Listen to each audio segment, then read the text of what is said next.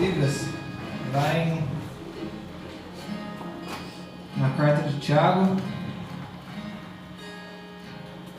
a gente vai ler do capítulo de número 5, verso 17 e 18.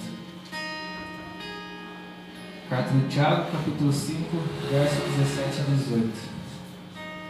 Enquanto os irmãos procuram, eu gostaria de agradecer primeiramente a Deus a oportunidade de estar mais uma vez sendo incumbido de trazer a boca dele, mensageiro de Deus, essa noite. Aleluia. Agradecer aos líderes dos jovens, a irmã Dona e o irmão Eduardo, e aos pastores da igreja, pastor Eide e a pastora Sul. Irmãos, todos encontraram? Amém. A palavra de Deus diz assim: o profeta Elias era um ser humano como nós. Ele orou com fervor para que não chovesse, e durante 3 anos e meio não choveu sobre a terra. Depois orou outra vez, e então choveu, e a terra deu a sua colheita. Bem, irmãos, pode sentar. Hoje a gente vai refletir na vida do profeta Elias. Para a gente refletir na vida do profeta Elias, vamos voltar um pouquinho ali. Eu vou de volta para aquela parte, para a divisão do reino. Vocês vão ter estar cansados já dessa parte, sempre quando eu prego, está lá nesse livro quase. Mas vai ser mais sucinto dessa vez. O rei Salomão foi o mais sábio dos homens aqui na terra, mas chegando no final do seu reinado, ele desobedeceu a Deus e Deus resolveu dividir o seu reinado. Não fez quando ele estava vivo, devido ao amor de Deus pelo seu pai, o rei Davi, mas quando o rei Salomão faleceu, ele tirou uma grande parte do reino da mão do seu filho Roboão. Ele dividiu as tribos, a tribo de Benjamim e a tribo de Judá ficou o reino do sul, continuou a descendência de Davi, e a outra tribo, a tribo do norte, a que chamamos de tribo de Israel, ficou com o rei Jeroboão I. Nessa tribo do norte, tiveram 19 reis, até o período que veio os assírios e derrotaram e destruíram, essa parte ali de Israel. Durante esse período houve 19 reis, e o profeta que a gente vai falar hoje, o profeta Elias, foi contemporâneo, bem do que a Bíblia diz, o que foi o pior dentre todos aqueles reis. Ele foi contemporâneo do rei Acabe. E para piorar as coisas, Acabe se casou com Jezabel, que era uma mulher que era mais ruim ainda do que ele, que trouxe cultos de adoração do seu povo, cultos a Baal, trouxe diversas coisas que vieram para destruir o povo de Deus ainda mais. E Deus levanta o profeta Elias para ser o profeta dessa geração. O povo estava corrompido, o povo estava em uma crise principalmente espiritual. E o que chama a atenção, já começando a falar do profeta Elias, a Bíblia não relata muito de quem era Elias antes de começar ele já como profeta. A Bíblia diz que Elias, o tisbita, usava roupas estranhas. A única coisa que a gente entende dele é que ele veio de Tisbé. Se a gente for pegar o currículo de Elias, Tisbé era uma cidade pequena, podemos dizer desconhecida. Ele provavelmente não era filho de pais nobres, ele não veio de nenhuma realeza, provavelmente deveria ser pobre. Ele não veio de uma escola de profetas, e a gente sabe muito pouco dele. Mas o que a gente sabe muito é que ele era um homem, mesmo sendo humilde, disposto a pagar o preço e obedecer a Deus em tudo o que Deus mandasse ele fazer, e sempre estava orando a Deus. Então isso eu já aprendo, irmãos, que indiferente da nossa posição na sociedade, indiferente de tão pequeno que você se ache, Deus ele levanta os pequenos. Ele levanta os pequenos para levar a palavra dele onde ele manda. Ele levantou o profeta Elias para levar para o pior rei de Israel, para ser o homem que vai levar a palavra para aquele homem. Aleluia. Então com isso a gente já aprende uma lição. E nessa crise espiritual lá em Israel, Deus ordena que o profeta Elias vai ter com o rei Acabe. O profeta Elias chega ao rei Acabe e diz para ele: conforme a minha palavra, não irá chover em Israel. E parece até um pouco estranho, irmãos, mas é isso mesmo. Ele diz para o rei, conforme a minha palavra, porque ele tinha autoridade. Mas antes dele ter autoridade na frente do homem, ele se ajoelhou. Você pode ler na Bíblia depois, no livro de Reis. Ele se ajoelhou perante Deus para depois ter autoridade diante do homem. Glória a Deus. E o que ele orou e o que ele avisou para Acabe que ia acontecer, realmente aconteceu. Como vimos na carta do Tiago, Israel ficou 3 anos e meio sem chuva. Já havia ali uma crise espiritual, agora havia seca, agora havia fome. Aquele povo estava sofrendo as consequências de terem se desviado do caminho de Deus e ter adorado a outros deuses. Depois disso, do profeta enfrentar o rei, Deus manda para ele que ele vá para o deserto agora. E agora a gente pensa de novo, deserto de novo. Deserto, ninguém quer passar pelo deserto, não. Deserto é um lugar de provação. Deserto é um lugar que a gente é humilhado. Deserto é um lugar que realmente Deus testa a nossa fé. Mas também o deserto é a melhor escola do Espírito Santo. É ali onde Deus vai testar a tua fé. É ali onde Deus vai testar o teu amor por Ele. Até onde você vai por Ele. Glória a Deus. E então Deus manda Elias partir. Deixa eu ver o nome do rio aqui, agora esqueci. Ele vai para o ribeiro do rio Querite. E ele fica ali naquele ribeiro. E ele tomava a água daquele ribeiro e ele era alimentado pelos corvos. Deus mandava que os corvos lá pela manhã e pela tarde levar o alimento para o profeta. Aleluias. Mas chega um momento que o ribeiro, ali onde passa a água, ali se seca perante a seca. E o profeta está sem água agora. E assim também eu trago para os dias de hoje, irmãos. Assim muitas vezes na nossa vida também. Às vezes a gente está bem no trabalho, a gente está bem espiritualmente, a gente está bem com a família. E de repente acontece alguma catástrofe, acontece alguma coisa que te leva para baixo, o teu ribeiro secou e você está em desespero. Mas em nenhum momento o profeta Elias ficou reclamando. Ele esperou a resposta de Deus. Porque quando o nosso ribeiro seca, o ribeiro de Deus continua transbordante. É só a gente fazer igual o profeta, estar sempre em oração, estar sempre em sintonia com o nosso Senhor e com o nosso Deus. E Deus provê, Deus é o provedor, Ele provê na vida do profeta. Agora Ele manda que o profeta Elias saia do deserto e o significado de Seráptimo é fornalha. Quem está entendendo agora, irmãos? Deus manda Elias sair do deserto para ir agora para a fornalha. Quando a gente lê a vida de Elias, o que ele fazia, a intimidade que ele tinha com Deus, ele mandava descer fogo do céu, como a gente louvou no hino aqui. Ele mandava parar a chuva, ele mandava não chover, ele mandava a chuva voltar. A gente lê, eu quero ser igual a esse homem, mas quero ver você pagar o preço igual a esse homem pagou. Sair do deserto. Agora vai para a fornalha, sem reclamar com Deus, obedecendo a Deus e indo de bom grado de coração, porque ele está fazendo a vontade do Senhor. Aleluia! Glória a Deus!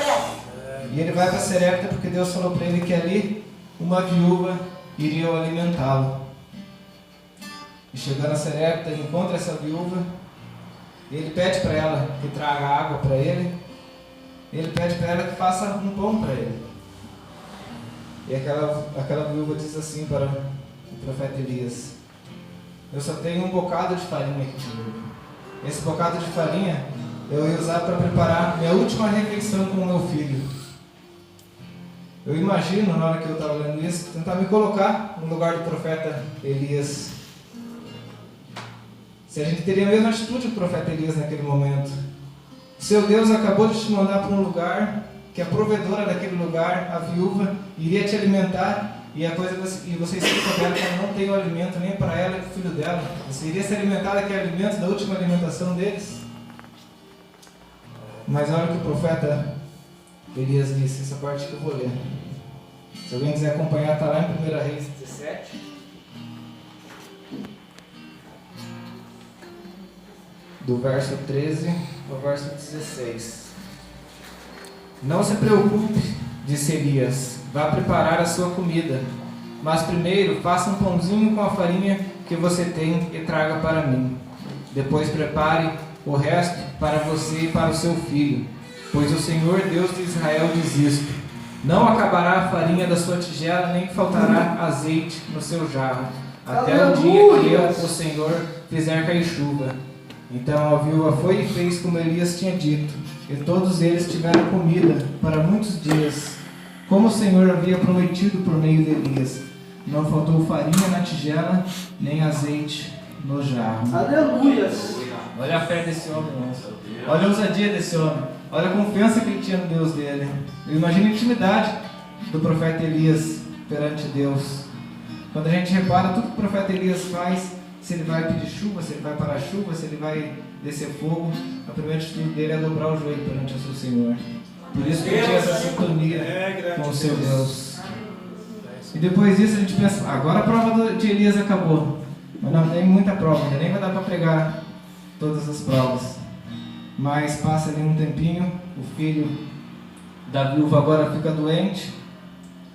E depois de tudo que aconteceu na vida daquela família, a viúva vê o seu filho falecer e culpa o profeta Elias pela morte de seu filho. Pergunta ao profeta se ele veio trazer aquilo para ela, trazer a mostrar o pecado dela perante Deus, que o filho dela viesse falecer. Agora imagina a paciência do profeta naquele momento. O coração dele como devia estar aflito naquela situação. Mas a única coisa que ele diz, ele não tenta entrar em discussão, vendo o sofrimento daquela mulher, ele não tenta fazer nada que vai fazer ela sofrer mais ainda. A única coisa que ele pede para ela, dá-me o teu filho.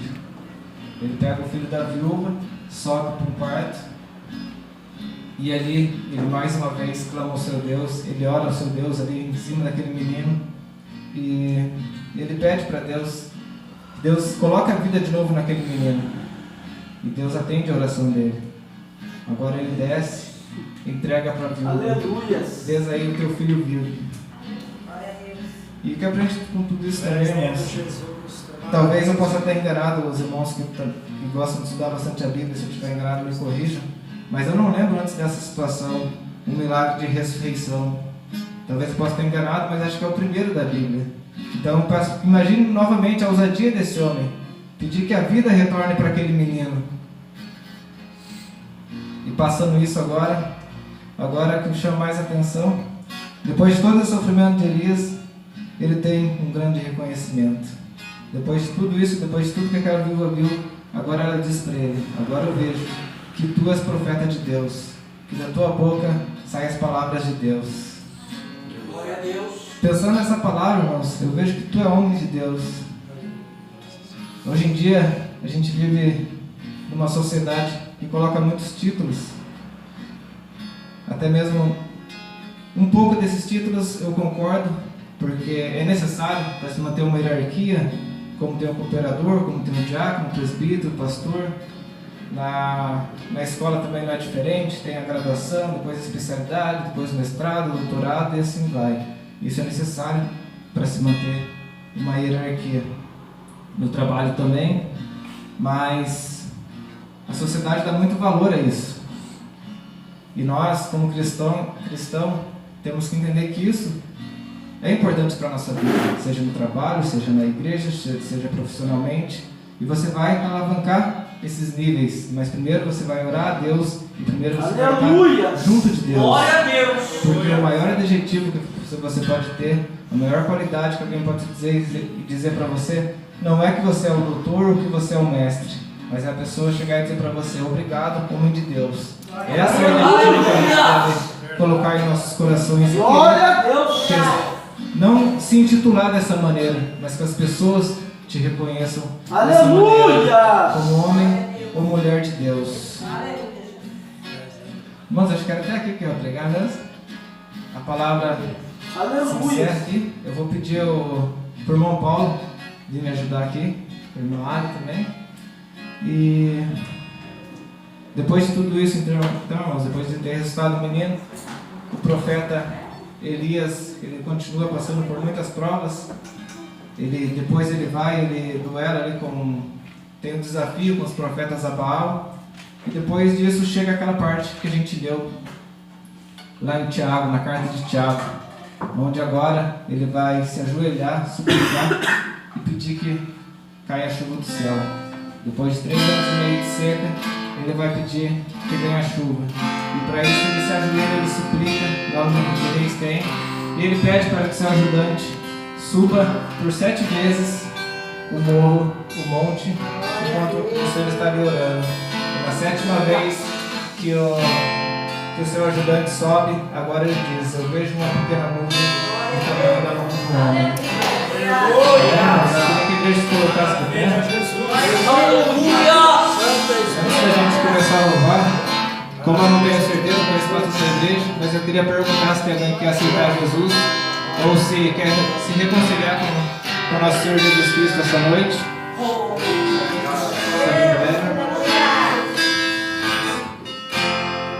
Então eu vou pedir para aqueles que sentiram no coração quiserem vir aqui, estão passando por alguma dificuldade, ou que tenhamos aqui unidos para que venhamos também estar pregando na verdade, mais uma missão para a nossa igreja.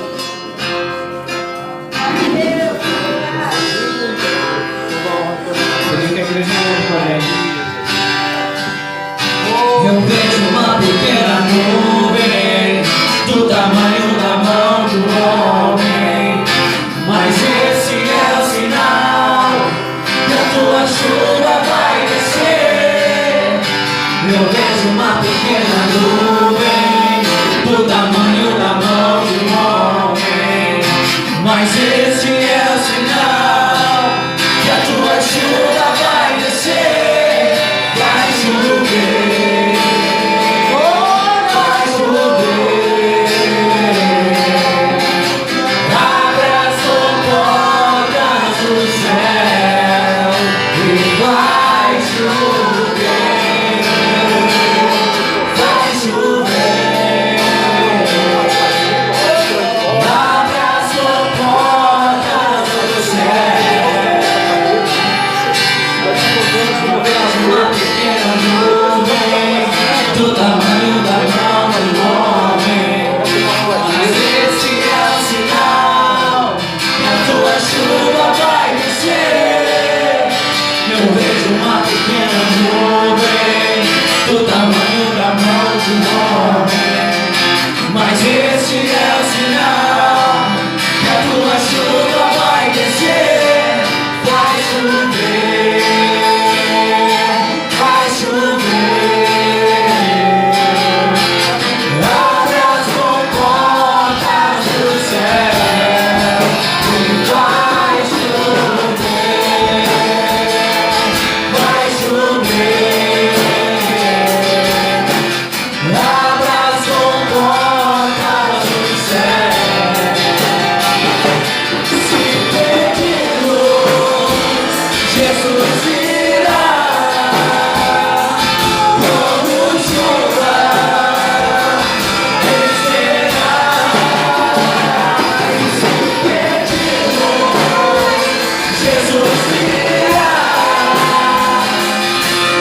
Então clame, então brinque, então chame por Ele. Vai chover, vai chover. Abra as comportas do céu. Vai chover, vai chover. Abra as comportas do céu. Senhor, cada vida aqui, Senhor, que o Espírito Santo se Aleluia! cada vida aqui, ó meu Pai, que a tua igreja se Oh, aleluia! da mesma maneira que entrou na igreja esta noite, Senhor, mas que cada um seja com uma porção, Senhor, uma porção da tua luz esta noite, não para se aparecer. Glória a Deus, glória a Deus. Que nós sejamos, ó meu Pai, que os nossos pensamentos,